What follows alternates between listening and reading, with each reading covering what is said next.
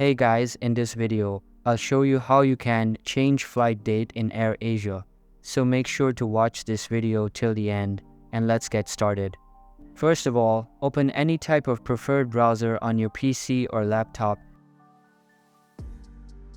Search for AirAsia and make sure to log in using your account. After logging in, you will be redirected to the homepage of your account. Here, click on the chat with bow icon and a sidebar will open up.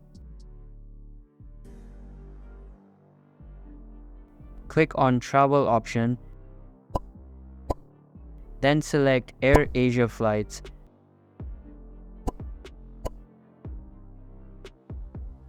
And then locate Flight Info tab. In this tab, click on Booking Changes and then select Flight Change from the available list.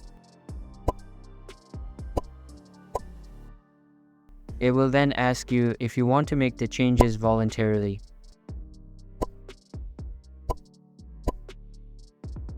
After you give it a go, click on Yes.